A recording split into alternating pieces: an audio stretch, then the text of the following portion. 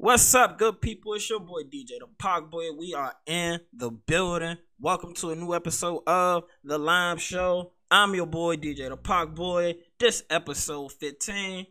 Y'all see that? Got on the merch. If you watching, you want to support, go check out our merch store, flosshousestore.com. Go check out the merch. Support the show. Support the brand. It's my brand, so go support it. Yeah, man, what's up, y'all? It's been a interesting week.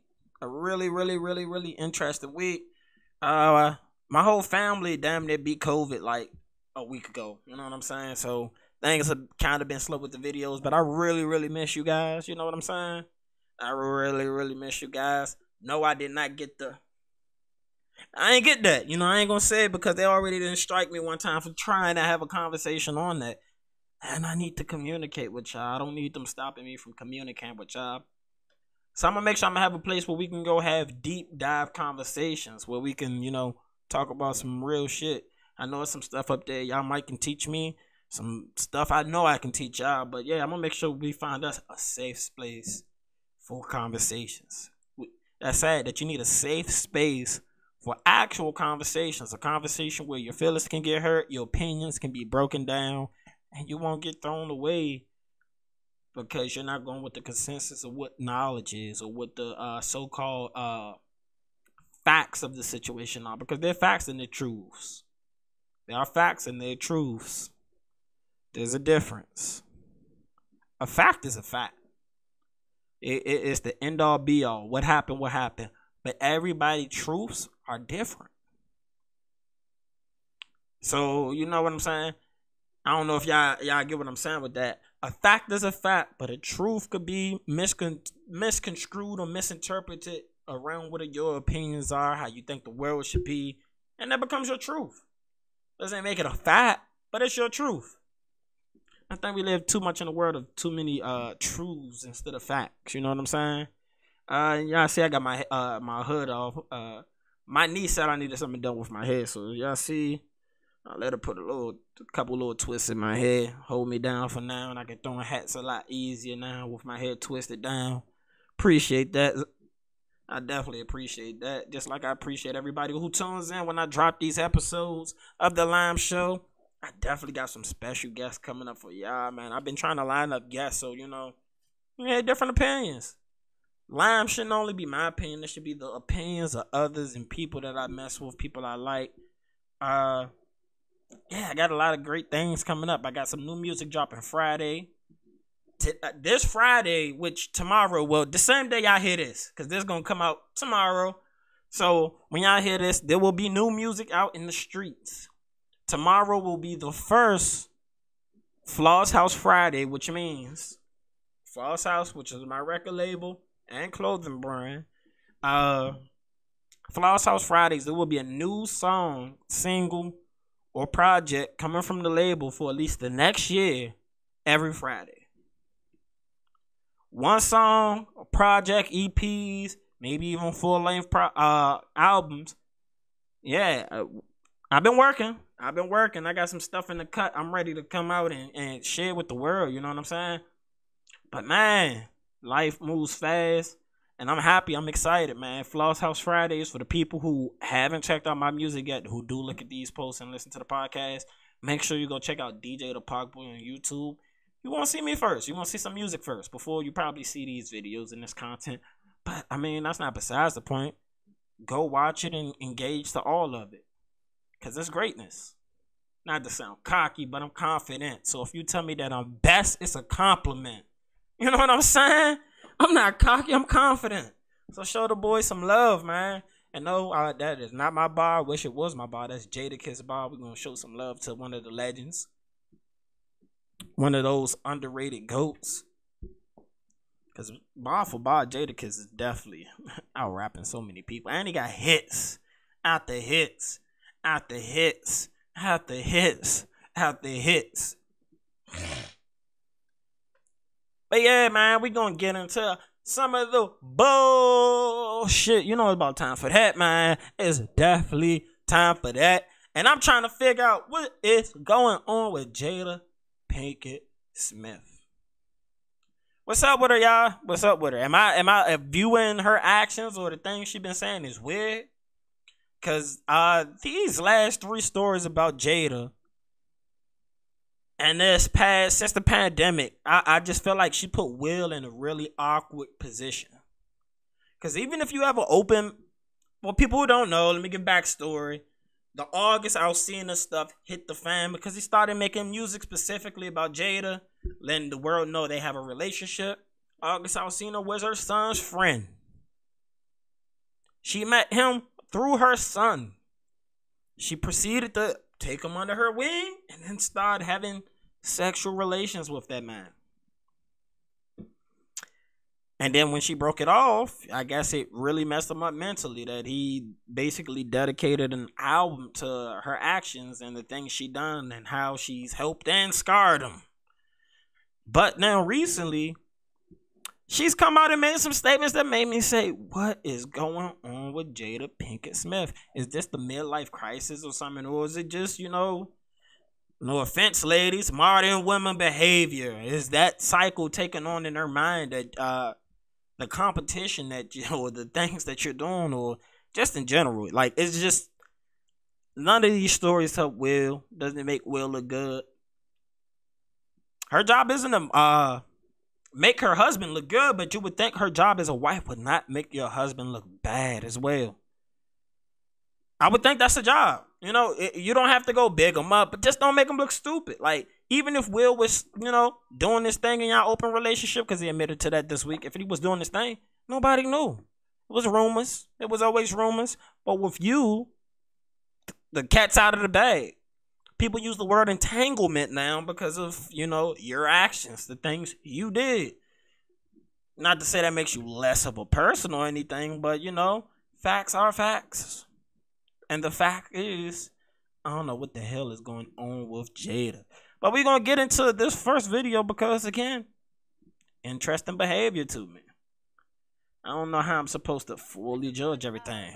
My favorite times of any show, we get to get Keisha's hot take on one of today's trending topics. No, listen, I love when you go off. Will jumped out of a helicopter on his 50th.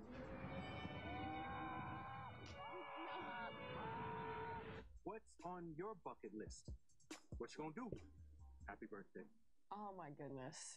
That's funny. Do you have a bucket list? That's a good question. I actually do, but it's not physical. It's just not physical. Yeah, exactly. No, I'm right there with you. I absolutely have a bucket list. I really want to learn how to love, but I know what it isn't. Yeah. And I'm just on the journey of really understanding what love is. Yeah. So everything on your bucket list right now is just part of your spiritual journey and your path right now. Absolutely. Yeah. All right, so I don't need that commentary on this because I have my own thoughts on this. Okay. So one, every time Pac's birthday come around, you talk about how he was the love of your life. I figured in that you would maybe, know what love is, know how it feels somewhat, because you still say you're in love with Tupac. You've said that, or you still have deep feelings and all of that for him. I feel like that's kind of feeling love, or maybe whatnot. Maybe I'm tripping on that. But not only that, you have a husband, Will Smith. From his conversation, seemed like he made a lot of adjustments for your lifestyle and the way you were raised, the way that you lived, the way your family lived. He adjusted to that to show you love. Maybe I'm mistaken. Maybe I am mistaken. But that's 2 things right there I would feel that's love related or love like. 3, you have children. Do they not show you love? Do you not show love to them? Is it not unconditional love when you're around your children? That's a little weird to me. A little weird. Maybe you didn't specify enough what type of love you were looking for. That just sounds a little weird to me. You have children. You don't know how to love them. They've never showed you love unconditionally. Your husband never showed you love in the 20 plus years you guys been together. You don't still feel the love from Tupac. Not only that, you're right there with your mom, talking to your mom. is there not love from that relationship? What is it to learn about loving at your age when you've been married, you have children, and you have an active relationship with your parent? Where's the loveless situation in that?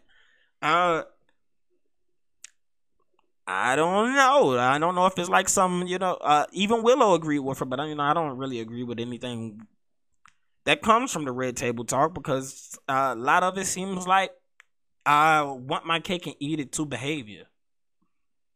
And that runs into a problem for many people. You can't have your cake and eat it too in every situation you want it to be in. That's not life. I wish it was, because I would have been born with like a silver spoon. I would have been at least 6'5", dunking basketballs on people. You hear me? I would have been out here.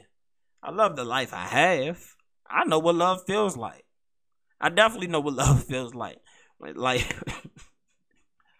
I just find that a little odd. You've been married, you have children, you have your parents, you have your friendships.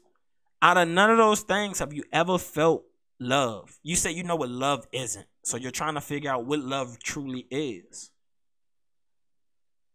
I can't wait to have kids. I just feel like when my child comes out the womb, oh my goodness, it's going to be the greatest day ever. Ever. You got to experience that more than once. In a position where you can take care of your family. You have no issues with taking care of your family. Again, that sounds a little weird to me. Sounds a little weird. I guess 50 is the age where life really starts to change, I guess. And I don't know. I don't know how I'm supposed to. Am I the good guy? Am I the bad guy in this situation? Forgive my opinion. Because as we continue on in the story, shit gets a little more weird. You know what I'm saying? So to the next clip involving Jada and what the hell's going on, we go ahead to Instagram. We're talking about this today, the BBLs, because I was considering getting one. Me too. I think, let's be real, okay? I considered getting the tiniest little bit. You did. But then I just got in the gym and I got it anyway. And I told her, I said, you want a butt? One thing your mother know how to do is build a butt. Exactly. And you built it. But I really... To the point that people thought you got surgery. No, you're right. I just feel like there's always been so much more pressure on women to look a certain way. It is. You know, it's all about youth. So for somebody like me, the struggle has been extremely real. Like, I've had Botox, and then you get to the point where how much are you going to do? But then it almost becomes addictive. So in this, she comes out and says she thought about getting a BBL, and so did Willow. She thought about getting a BBL, and then her mother said, it's so hard on women. Well, let's put everything in the context. Yes, beauty matters in man's views when they're looking at you. Beauty matters. But for most women, you're already born with your values. So if you maintain the beauty you have, and you develop a pretty good personality to which people want to actually spend time around you, and you're not, unbearable, then you probably won't have these issues. At least that's what I'm running into, because I know a lot of women will take pride on being hard and difficult. Like, I'm a strong black woman. It's okay to be a strong black woman, but don't be unbearable with your strength. I have a strong woman by my side. I'm never in a situation where I'm like, damn, shut up. I know y'all seen Raising Kanan. Lulu got to tell this girl all the time, just shut the fuck up. You know what I'm saying? About to be 50 and you think about getting a BBL. At 50, it's tough, man. It's tough. I've met a lot of women who are insecure about themselves and their beauty, and in some cases, I'm like, I don't see where it comes from. I don't. You know what I'm saying? Maybe instead of BBL, you can do some therapy and work on your personality, because guys already found you extremely beautiful, Jada. Your whole life, you've been looked at and viewed as beautiful. The plastic surgery thing, I don't get it. when women say guys love women with BBLs, I don't see the girls with BBLs getting married. They're getting flued out and bust on, bust down. You hear me? They getting bust down. But I don't see them out here getting them rings.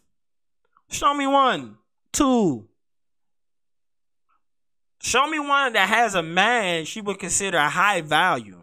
Not somebody she's parading around. You know what I'm saying? Show me somebody who's not like Nikki. Nikki got some plastic surgery. I love me some Nikki. But she has plastic surgery. You know what I'm saying? She also has a man who has a wicked character traits, or profile, as we would say. He has a little wicked character profile. I don't know him personally, but you know, I wouldn't consider him high value in any type of way.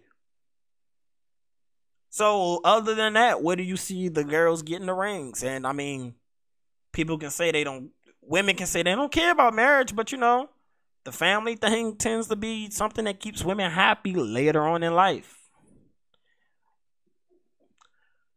At least from my personal experience, you know, conversation I done had with people. Maybe I'm right, maybe I'm wrong, but I find it weird that she wants to get a BBL and the whole family is into the plastic surgery thing. Like, where's the self-love? How much do you actually love yourself? You need plastic surgery for something that you would just like your body you're born with. Do you actually love yourself? Do you? I don't think I can get married to somebody who would want, you know, just cosmetic surgery just to make you feel better, you know. Self-love is a huge thing to me. At least to me. Everybody might be different.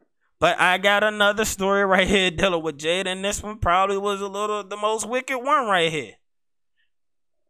So Daz Dillinger, for people who don't know, Daz Dillinger of Death Row, of the Dog Pound, producer, Daz Dillinger, that Daz, believe that's Snoop's cousin. He came out and said Jada had an entanglement with Chris Kelly of Criss Cross in 1993. At the time, Chris would have been 15. Jada would have been 22. Y'all's out here canceling every single man who has anything involved with this. But Mary J. Blige is going to skate because I guess Danny Boy, I guess his voice doesn't matter anymore, but Danny Boy came out and said he was touched on and he had a sexual relationship with Mary J. when she was overage and he was underage. Now we're finding out Jada Pinkett Smith has done the same thing, which I would kind of believe because look at what happened with August Alsina. Weird, ain't it? Weird.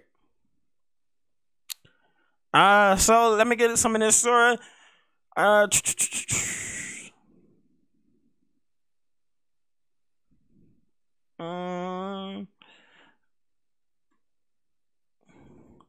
Say during a recent interview, rapper Daz Dillinger, was working closely with Jada's ex Tupac, claimed that in 1993, Jada was having an entanglement with Chris Kelly of Criss Cross. At the time, Chris would have been 15, Jada would have been 22. You think Jada Pinkett was entangling? She was entangling with Chris Kelly from motherfucking Criss Cross, exclaimed Daz. Criss Cross was in the room, and Chris was like, Jada Pinkett is at the door, but don't leave. Take this weed, chill. We were like, damn. He gave us an ounce of weed. We gonna kick it right here. Then he came back and said, yeah, that was Jada Pinkett. I'm like, damn, that was Jada Pinkett at a young age. 1993, around the way. She was entangled then. Shout out to Jada. I said Daz probably didn't mean to start anything. But again, we can't. The problem that we always run into in these situations is we have a strong contingent of modern women who's ready and willing to cancel every single man who has any sort of improprieties they can consider. But I believe this should be a huge outrage. She kind of has a history of this. You know what I'm saying? I bring up the history with other people. She kind of has it. I mean, look at what she did with her son's friend. What's going on with Jada, man? I hope Will still love me after this, man. You know what I'm saying? I mess with Will. I feel bad for Will. I feel bad for Mike Lowry, y'all. She doing this to Mike Lowry, man. Mike Lowry's supposed to have the hoes. Not looking like one. Cause she got my man going out bad. Bad. So let's get into some better news, man. Cause this kind of made me happy. You know what I'm saying? It's been announced from Big Tigger himself via Instagram that this is not a drill. This is not a throwback. Rap City 21. I know for some of you younger kids, you don't know what the hell Rap City is. But when I was in middle school, my early high school years, coming home and turning on Rap City was something I constantly did, man. There's freestyles to this day that I still listen to from Rap City. The Bow Wow freestyle, murdered it. That's probably the best work I've heard from Bow Wow ever. I just like that. He murdered that freestyle, you know what I'm saying? Dipset's freestyle, iconic. Ludacris, iconic. So many really good freestyles in the basement. Also some, mid ones where you got rappers who just repeat verses on a different beat. I.e. Lil Wayne did that, or Jay-Z did that. But, for the freestyles that were actually there for freestyling, it was a dope concept. And Big Tigger used to get in the booth. He used to go up there and try to go back to back with some of these people. Felt like that's what helped make the show. Definitely helped make the show for me, you know what I'm saying? He was a hell of a host. I'm excited to see what they're going to do. Rap City 2021. I'm excited about that. I feel like BET's finally getting something right. It ain't too much stuff I watch from BET and I say, yeah, that's it. That's it. But bring it back, Rap City. That's going to be cool. I want to see how some of these newer, younger acts are going to do in the freestyle thing. Do they just avoid the freestyle? Because, that ain't part of their forte or craft now, or do they go full-fledged with it? Like, how do you do that? What's going to be the counter-react in that situation? On to other news. This story right here was a little weird, you know what I'm saying? Like, wow, y'all really out here junkies. Y'all out here being junkies. So, right here on this CNN article, they say public urination at Glastonbury Festival leaves traces of cocaine and MDMA in the river, posing threat to rare eels. So, but before I even get into the details of this, they're saying y'all junkies peeing outside has contaminated the environment so much that y'all killing off parts of the ecosystem. I shall feel proud of yourselves at the festivals. Like, what's the racial breakdown of these festivals over there in Glastonbury? That they got this much coke, they got these many pills, and y'all out here pissing outside like y'all ain't got bathrooms or something. Like, what's going on? What is going on? So the article states, public urination at the Glastonbury Festival led to illegal jugs entering a river running through a famous Somerset site in southwestern England, potentially harming wildlife, according to a new study. Researchers at Bangor University in Wales discovered high levels of cocaine and MDMA in the White Lake River, which runs through Worthy Farm, where the hugely popular music festival is usually held with more than 200,000 attendees. The study found MDMA concentrations quadrupled the week after the 2019 festival, while cocaine concentrates reached levels previously shown to affect the life cycle of European eels, which are present in the river and are critically endangered. That's crazy. They said y'all had the festival and it increased 4 times the level of the. That means y'all already had levels of MDMA high enough just floating through y'all water over there in that area. They had a festival and y'all quadrupled it.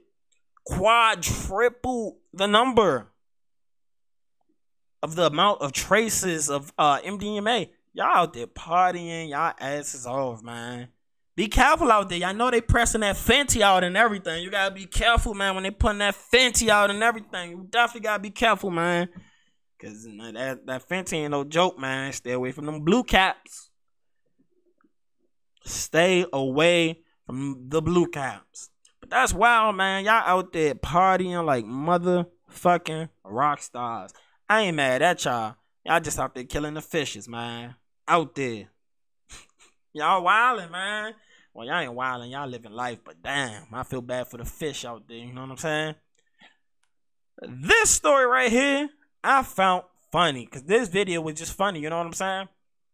I love to play basketball. I'm not the greatest basketball player in the world. But I'm not even going to put myself out there and say I'm a great team player. I play my role on the team. I play defense. I hit threes. But I'm not the one-on-one player. I'm not the go-to scorer. I will hit my shots when I need to hit my shots. I'm pretty damn clutch at hitting my 3. Pretty damn clutch. But I would refuse to get Lil Boy on the court the way YK Osiris got Lil Boy by Drake. I guess he pulled up at Drake's compound to play some basketball. And, it ain't in the best form. So here's the video right here.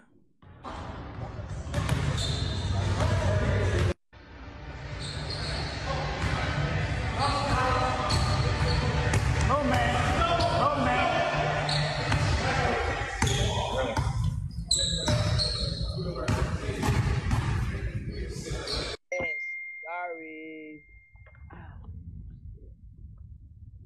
Sorry. The boys sorry. Them boys suck. Them boys suck. Them boys not like that, man. Got you, bro. Arms world protection. Oh, God. Hey, them boys not like that, man. Them boys so sorry. Drake ain't shoot shit, man. I'm talking. Oh.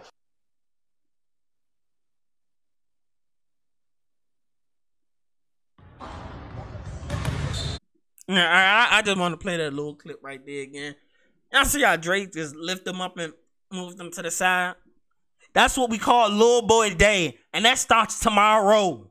When you on that court, you don't let nobody pump you for position like that. You don't let nobody take your rebound. You don't let that man take your rebound like that, YK. Hell nah. You need to go hit the gym. You need to go do like 30 push-ups or something. Drink some muscle milk. You let Drake just lift you up in the sky. You like a little baby bird or something, man. He just lift you up with no effort. He been practicing on his women, and you're about the same size, it seems, and he didn't just lift you up like it's nothing.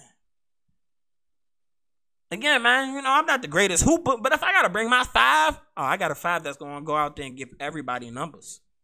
We're balling. Whoever want to put some money up there, I got a 5 for y'all ass, and we ain't losing.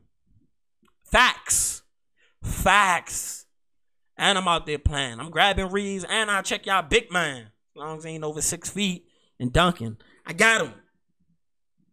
It's my house. This is our house, and we must protect it. That's what YK Osiris is supposed to be like. Instead, he getting just picked up and moved to the side. Whew. Couldn't be me. Could not be me getting picked up like that. Hey, shit happens, you know what I'm saying? Just not that shit to me. Can't imagine somebody just picking me up on the basketball court. We're not that cool. I'm never that cool. No. I'm competitive, so don't do that. But this story here, interesting. 21 Savage went on DJ Academic's podcast, and he gave his opinion on Atlanta and the verses in Atlanta. how we think shit shakes out. Because you know the Diddy and Jermaine Dupri thing been going on. And again, to me, I still say Jermaine Dupri he has records. I would be lying if I say he has Confessions. That's one of the greatest albums ever. He has records to play. He has some guaranteed records that's going to win just from Confessions alone. I'm not going to discredit everything he's done. I just think Diddy's a better producer. Excuse me for my opinion. I see some people being sensitive and a little hurt over that. But guess what? Still give it. Still going to take Diddy. You hear me? Diddy bopping on them haters. Let me restart this for y'all. In a modern day versus, y'all don't think nobody can fuck with Atlanta. Like, if it was... Fuck no. City versus city? Yes, city versus city. Fuck, it's impossible. Of niggas who current? Yeah. No. Even if we did all the old niggas. Like hold on. Everybody versus Atlanta. That's what we might have to do. Yeah, that's what you have to do probably, yeah.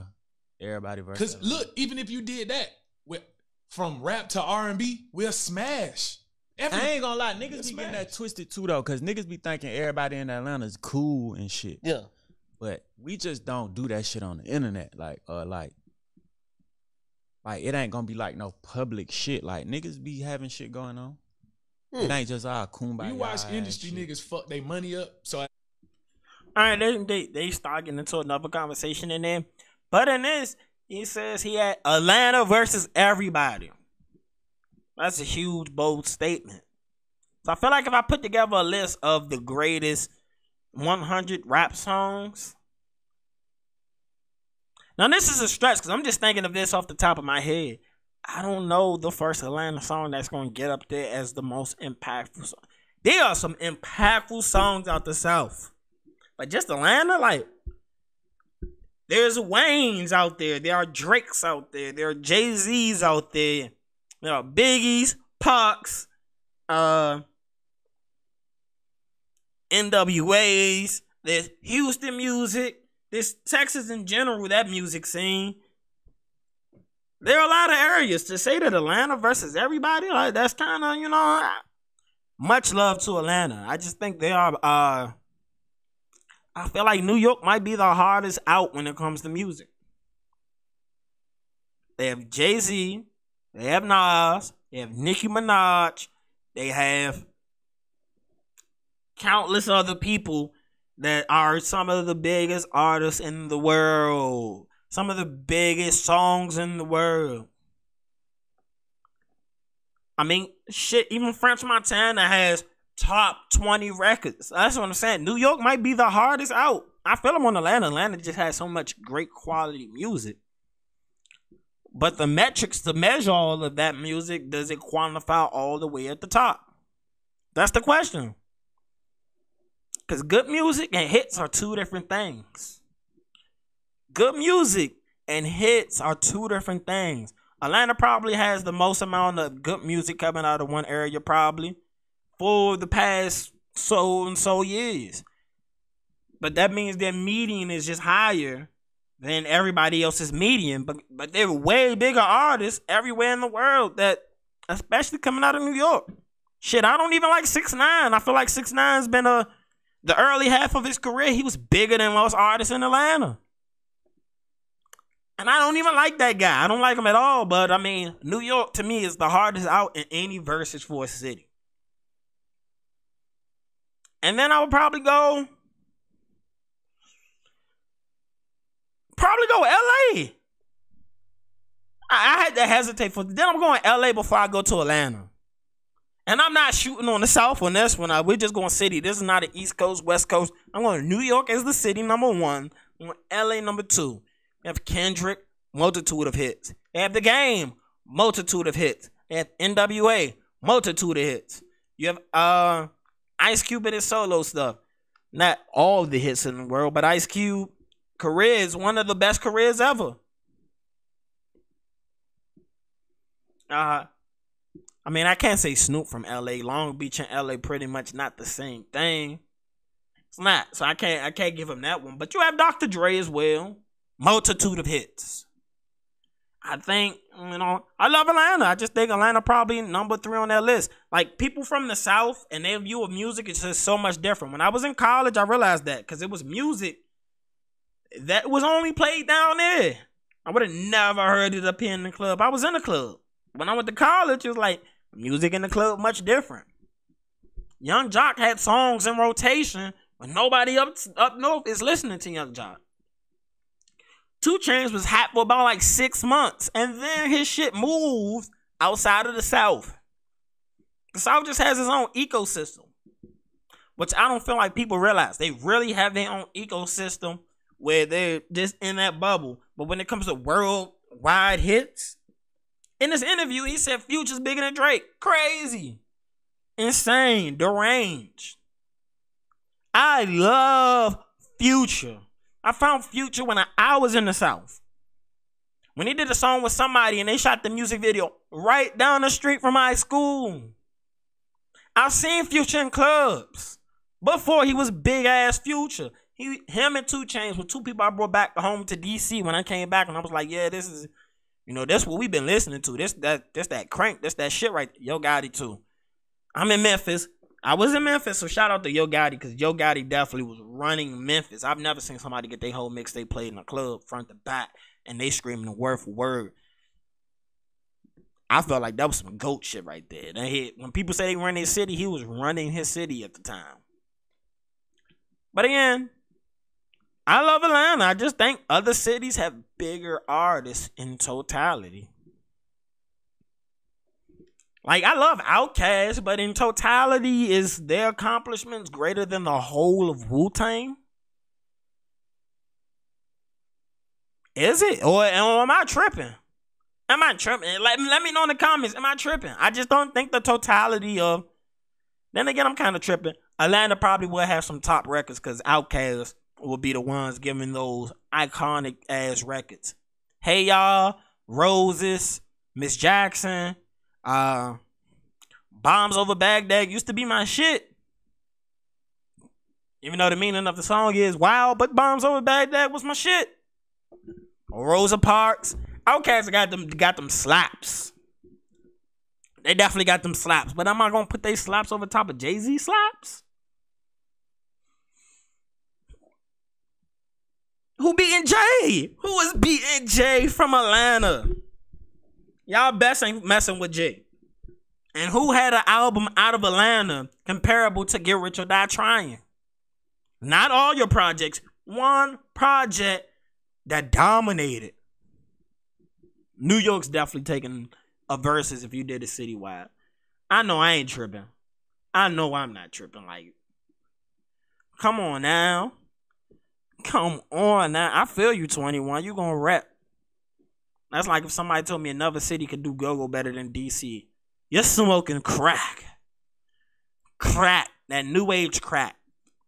They gave you the purple caps because the blue ones was gonna take you all the way out. So they gave you the purple so you could be halfway there. I'm just saying, man. Some things I wouldn't say. I mean, I understand you. Atlanta rap history is amazing. Can't knock it. I can't knock it. But it's the Migos bigger than. I mean, I guess I can't include the Fugees in New York because technically they New Job about to say, is the Migos bigger than the Fugees? They ever did anything better than Score? They New Jersey. That'd be cheating for me to add them in there. New York already kind of got it right now. I'm just thinking of more New York rappers as we go on and the iconic moments of there. New York kind of ran rap. So it's probably a little unfair because the dominance of the media with rap and radio stations and things like that. But hey, gotta call a spade a spade. And when you put that Jay-Z on, it's the big joker. You gonna win. You gonna win. So this next story, I just found it funny, man. This rapper right here is one of the more hated rappers in music because of something I mean, if the role was reversed and he was the victim in this situation, people probably would have been cheering on King Von. But since it's Quando Rondo and he didn't have the clout of King Von, he's probably one of the more hated people in rap music right now. He made a cameo in that Boosie movie, the role he played in the Boosie movie. Probably make you dislike him even more. But Quando Rondo. His man Lil Tim, who is the shooter of King Von, probably the most hated shooter in rap. Because rappers love talking about shooting their ops and all that, but you know, when somebody does one of your favorite artists, I guess all that shooting should go out the window. Y'all ain't want to be gangster no more. It ain't time to be gangster then. That's why you gotta, if you want to be gangster, you gotta be gangster 24/7. You gotta live by those principles, and not everybody is that. It's easier being a civilian paying these taxes, y'all. I'm telling you. I don't mind paying my taxes. But Quando Rondo put out a statement after Lil Tim was arrested. And only thing I can think about this is the streets need a grammar class. The streets need an education. Because some of y'all, the way y'all be putting y'all words together, it amazes me y'all able to finish songs. Some of y'all songs be so talented and y'all can't speak for shit. It amazes me. Like, when did being looking a little uneducated was cool? You know what I'm saying? The streets have seemed to make it cool to be, you know. And I'm pretty sure everybody got one of those friends. They just, you got to put the sentence together yourself after reading what they said. Reading between the lines is important when you're writing with a street nigga.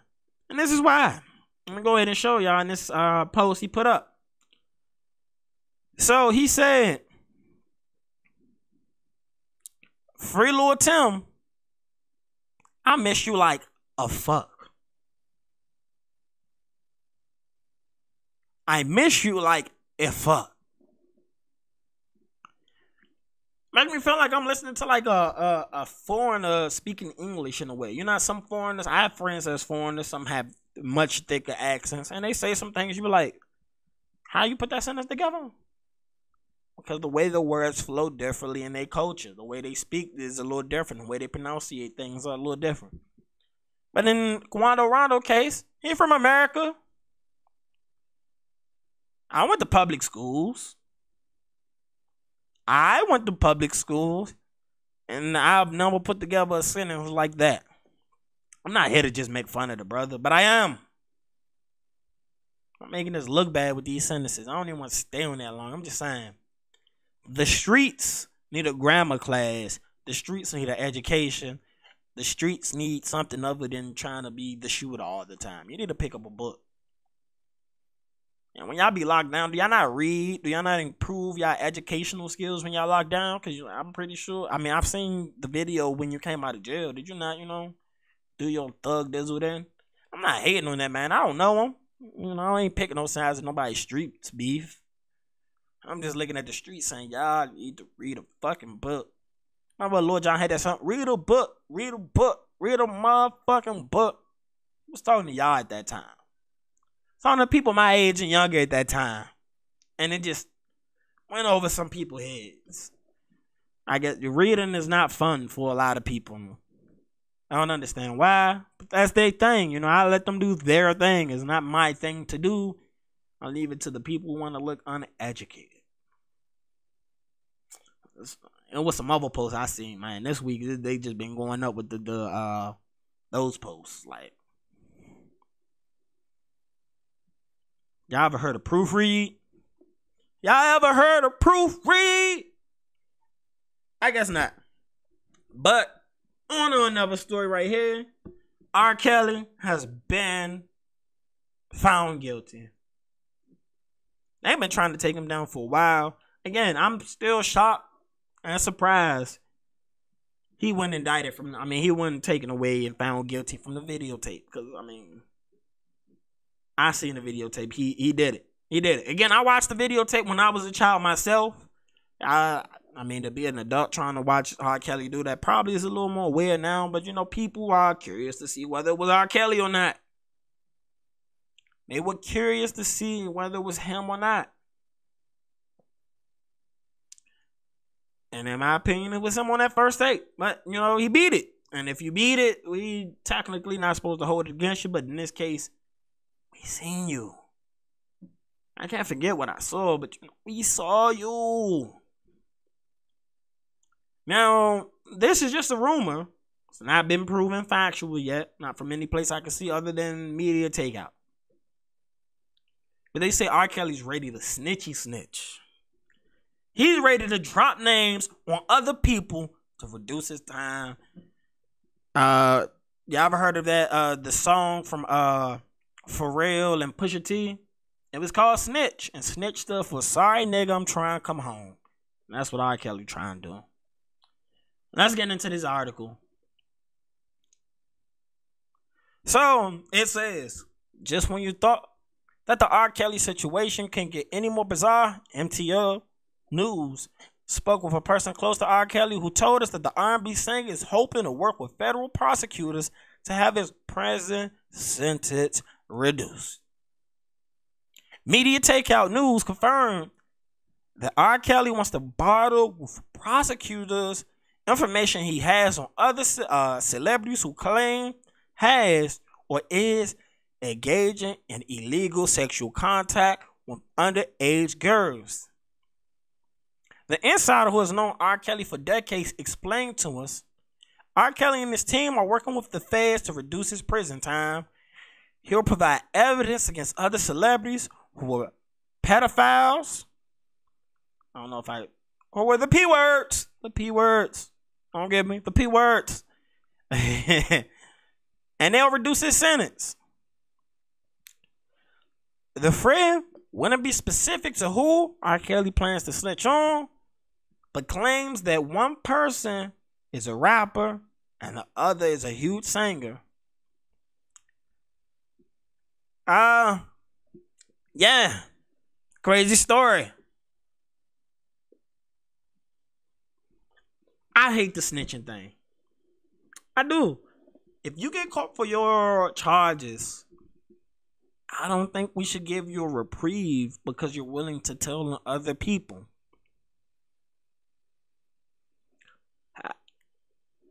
You were found guilty for your crimes, which we felt was wrong. That's why we're charging you. But now you're going to do last time because you're willing to tell on other people. Feel like the law should work or just, find those other people. Ain't that what y'all getting paid for? Ain't y'all supposed to be watching these people? I just kind of disagree with the snitching thing. You get caught, I don't think you should be able to snitch to reduce your time. There should be no, excuse me, but there should be no benefit for snitching. It's one thing to whistleblow, it's another thing to snitch. If you participate in a crime, do your time. Simple as that. You don't want to go to jail, don't be out here doing crash dummy shit. People want to crash out and then cry and try to reduce their time. Yeah, I just don't agree with the snitching, the reduced time thing. Everybody, I met some people on both sides of the fence of the R. Kelly thing. Like with D.L. Hughley. He said, he don't want to listen to R. Kelly still because people say the national anthem. The history of America ain't pretty. Celebrate that song. And I love America. I argue people down. As a black person, they tell me all the things about it. And I'm like, yeah. But what place would you go? What place would you rather be instead of America? Every place comes with bullshit. I take out bullshit before I take anybody else's bullshit. Like the Kimber. No. America's supposed to be about me airing out my grievances and fighting for the changes I want within my country. It's not about, everything's roses and sunshine and rainbows. Nah. Never been that. It's never been that anywhere. Any place that needed change, people had to fight for the change they wanted. And that still goes to Today for America. Definitely goes Today for America. So this next story that I came across, I think I was supposed to do this story last week, but you know how things go. So this P star, that's her profession, saying she had a boss that she worked for, and the boss used to date Rihanna. And she gets into the story, and the story just goes a little, Let's get into the story.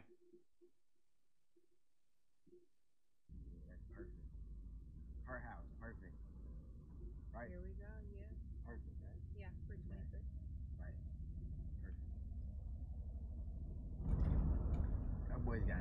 Drink.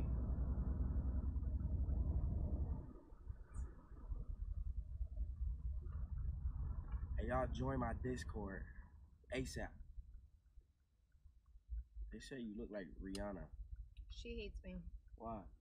Because I worked with her a few years ago on, this is when she had her foundation.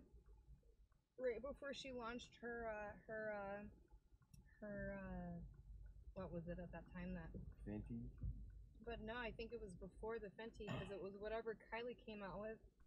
They all went in fucking cahoots. They were all arguing with each other. And that was when Kim came out with her line, Kylie came out with her line.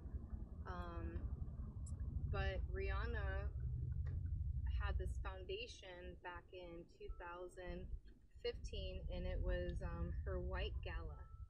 And that was when she kind of like was sponsored on med beds, high tech, all that. Well, I helped fundraise her gala here in Hollywood. Well, she was fucking my boss and gave my boss chlamydia.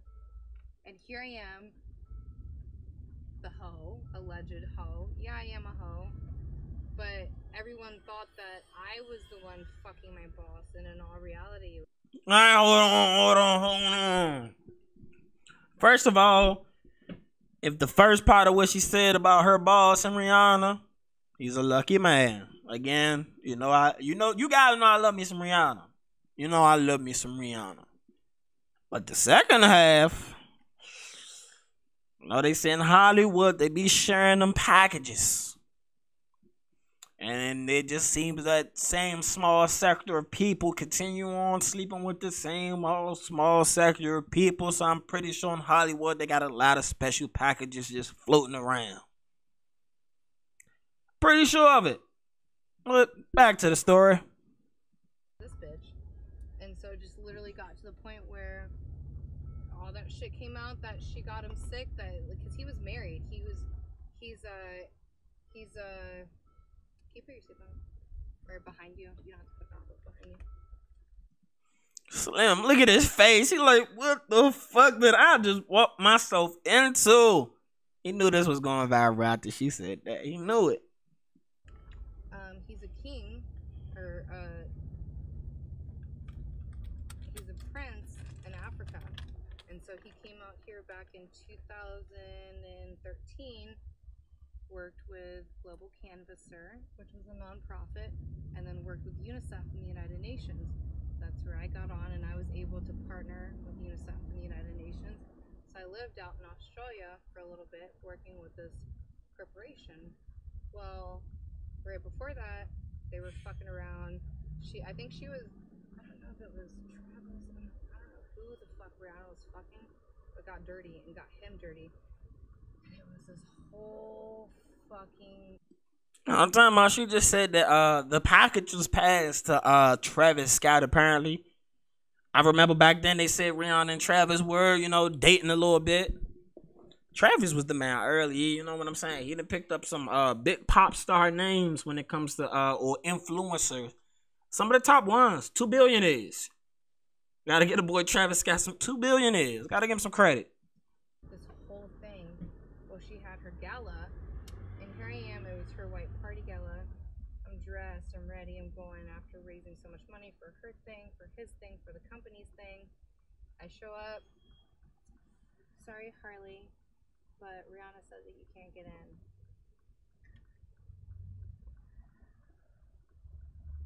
Okay.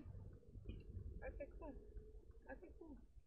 And that was in 2016. And then after that, I ended up partnering more on board with her ex-boss. And his name was L.I.M.E. L.I.M.E. Dubai. What the fuck are you doing, you fat fuck? No, that was my late. But yeah, she hates me. There's that foundation song that she came out with, and I was like, I don't lie about this shit. Like, it's to the point, like, even if I wanted to lie, I can't even make up a lie to lie about it. Yeah. But I want her to like me. I want her to like me too. I want her to like me too. You like me? Maybe like is a little be a better word for it. They asked, do you want to fuck me? Yeah, what the fuck kind of question is that? Alright, I was just making What kind of question is that? I was just making sure we on the same page. Shit. He just making sure he on the same page. He try to slide it in. It came from them, y'all. Not from me. It came from them. They want to see where your mind at with me. That was a little smooth. You know what I'm saying? And that was the end right there. Crazy story. You know what I'm saying? Crazy story. Look, there's always been rumors around what goes into Hollywood, how it goes down, and all of that. So I wouldn't be surprised if it is truth to this story. Wouldn't be surprised at all. You know, it's Hollywood. Hollywood. You know what I'm saying? It's Hollywood. A lot of weird shit goes down. A lot of people have mental breakdowns, drug abuse, some of the pedophilia stuff, a lot of the Me Too stuff. Hollywood is a different and unique place. Very unique place. So this story right here, I don't know if y'all ever watched Grey's Anatomy, man. I watched Grey's Anatomy for about like 2-3 seasons with somebody I used to talk to, and I realized it ain't for me. Cool show, but it ain't for me. And now that I hear this story, like, her name Meredith on the show. Some little Meredith girl. Ooh, don't play with Denzel Washington. He's a staple in our community, in his culture. He's one of those black people you know we gonna step for. He ain't do nothing wrong to us. You know we gonna step for that boy. So she came out and said, wow, he was directing the show one time. He was making his TV directorial debut. And he got mad at her for not following instructions. She tried to tell Denzel, this is my set. This is my show. Lady, he is Denzel Washington. Denzel freaking Washington. Don't do that, man. Some people above you trying to do that flexing on. You know what I'm saying? He has movies. He has movies bigger than anything Grey's Anatomy will ever be. You know what I'm saying? So I'm right here on the root reading this story. And the headline says, weird flex, but okay. Ellen Pompeo says she and Denzel Washington went at it on the set of Grey's Anatomy. So it starts right here. Says Pompeo was shooting the scene for the end of the episode with her character, Dr. Meredith Grey, is asked to listen to an apology from a man who seriously injured her, leaving her with a broke jaw. The story was inspired by a real-life incident in which a epileptic patient goes into a seizure and beats up a nurse. It being an emotional scene for the actress to shoot, ended up improvising dialogue in the moment in response to an acting decision the guest star had made. He made this choice to speak very soft, and Meredith was pissed that she had to sit there and listen to this apology, and he wasn't even looking in her eyes, wavering between talking about herself and the guest star as the actor and characters. Again, we love actors who make choices, right? And I yelled at him. And I was like, look at me when you apologize. Look at me. I'm pretty sure that was her Karen voice. Look at me, goddammit. I'm trying to speak. It's probably her voice or something like that. So, it goes on to say, and that wasn't in dialogue. And Denzel went ham on my ass. Because, you know, some directors give you leeway and latitude to freelance. Other directors want you to do what the hell they told you to do. It all depends on the director. You can't pick and choose, you know, how that goes. And you got to work with different directors in TV shows because it's usually different people directing it throughout the season, like in this case. So depending on who you work with, they kind of have lead and direction. Kind of have to follow what they say. So she continued. He was like, I'm the director. Don't you tell me what to do. And I was like, listen, motherfucker. This is my show. This is my set. Who are you telling? Oh, Meredith. Meredith Grey, don't do that. I'm not even gonna call you a real name because I don't want to know your real. I mean, it's Ellen. You look like an. You look like an Ellen. Look a little pompous. Until Denzel, this. Listen here, motherfucker. Who you talking to? Who you talking? I don't know if you seen the internet. The streets is ready to catch a body over Denzel and you staying that. They ready to catch a body over. Not literal, y'all. For the people who don't know, this is not a literal thing. When the streets need a body, it's not a literal thing. But the streets need a body for this one. And that falls all on her. Because with it, she got some cojones, mi amigo. She got it. I mean, come on, shawty. Why would you even come out and say this? Like, you had to be talking to a non, this came from EW. I don't even know who EW is. Entertainment Weekly. That's why the demographic you were trying to get this across to probably made you think you were feeling yourself. You don't know he's one of the people we're going to ride for.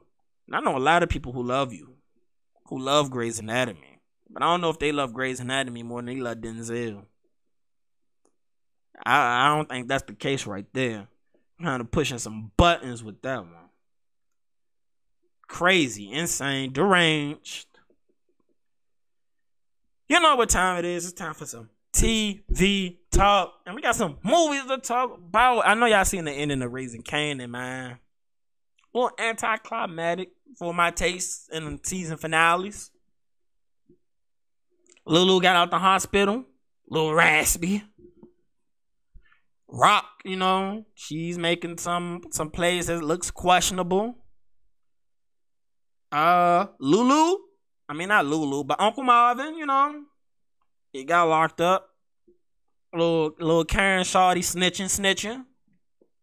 She's on her snitch shit. Look at that. You should not be able to snitch to take down somebody else's life to reduce your time. If you commit the crime, do the time. I don't get that system. Don't reward snitches. It's a broken system. It's kind of like encouraging people to do crime. And no, you don't have to do all of it as long as you got some information to tell on other people. Kind of incentivizing committing crime, in my opinion. But, that's not... We'd be there forever talking about that. But the show definitely has some more promise. Definitely waiting to still see what Breeze is going to come into this play. Because Kanan learned a lot about the game. Maybe if he gets out of town... He's going to meet Breeze or something. Breeze got to come in somewhere soon. There's no way he going to keep doing all the shootings, trying to catch bodies, all of that. And he ain't got Breeze beside him. Breeze was supposed to be the person who taught him the game. At least in the Power universe. This is how we were taught. So yeah, I can't wait to see when Breeze is finally going to make his appearance. That's another story there. Detective Howard look like he's going to survive.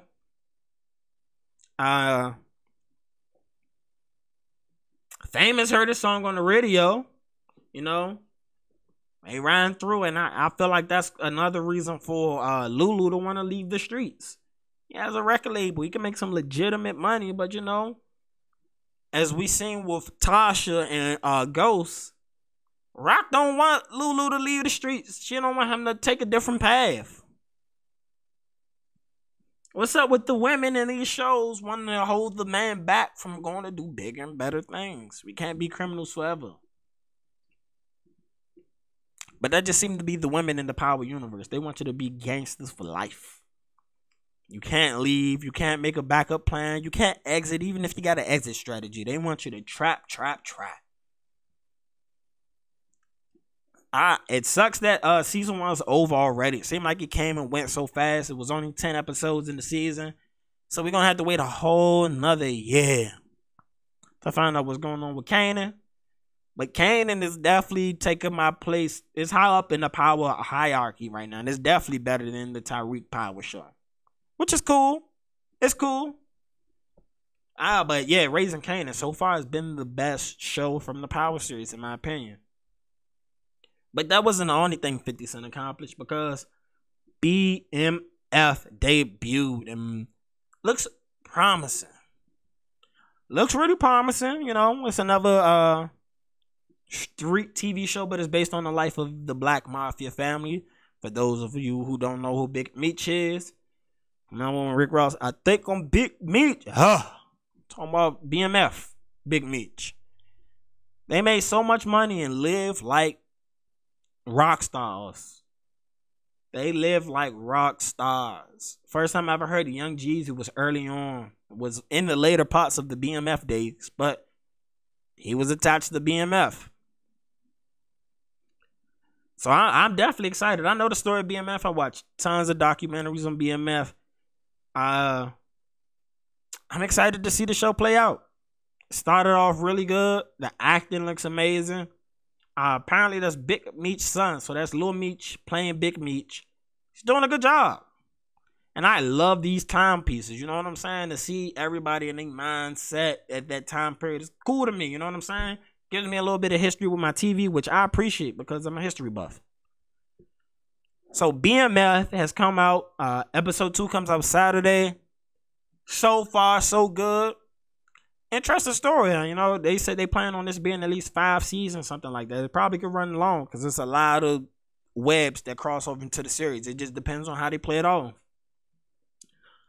And to finish up TV talk, have you seen the Boosie movie, My Struggle? I paid for it, so I get to criticize this shit. I love Boosie. I love his entrepreneur spirit. The movie was cool. It gave me like a hood movie. It was definitely like a hood movie. One of them joints you get from the DVD, man. You go throw it in, and it turned out to be pretty okay. It's not like made for the theater or anything. It's not a Netflix directed thing. The acting was a little porous. I just hated the jump scenes. I feel like the movie jumped so much early on, and they gave not enough backstory to who the hell's there. Like, you'll just see a conversation pop up with new people in the movie, and there's no backstory. They're just talking. And then you go to the next scene, where it's just somebody else popping in. And too many times, they gave no backstory. They didn't introduce characters well. The character development within the movie wasn't the greatest. But this was his first movie that he did himself. He said he made $1 million from it. He got money from me out of that shit. Shout out to Boosie. Hustle, man. Hustle, man. Hustle, man. Keep going at it because you're only going to get better. You only going to get better. 50 Cent been doing movies forever now. Forever. For like 15 years. And he's in his stride now. The past 5 years, he's been in his stride now. So you got to put in the work. And Boosie, look. You got attention. You just got to develop the story. I hate the ending of the movie. I don't want to talk about the ending of the movie because where it ended, some people might not have seen it. And I want people to go support Boosie. I want people to. So I'm not going to tell the ending. I just didn't appreciate all the acting. Some scenes I could have did without. Some stuff I wish you went into more details. This was your first go at it. And again, I appreciate the hustle spirit in you, man. You went and did it on your own. Hopefully I can accomplish things like that in my future endeavors. So, I mean, yeah, that was dope what you did. I just wish it was done just a little bit better. But it's definitely worth the $20. You know what I'm saying? Go support black-owned businesses. Definitely worth the $20. Go check out the Boosie movie. One of my favorite movies. And go check it out. I just want to say thank you guys because we're getting to the end of this show today. I really, really, really, really, really, really, really appreciate everybody who subscribe, likes, comments, shares my videos. I appreciate you guys. This has been DJ the ParkBoy. This is another episode of The L.I.M.E Show. Make sure you go check out other content loaded up here on the TheNextUp Network. You're going to enjoy it. Trust me. You're going to enjoy it. Just go check it out. You're going to like it. But it's your boy DJ, and I'm out.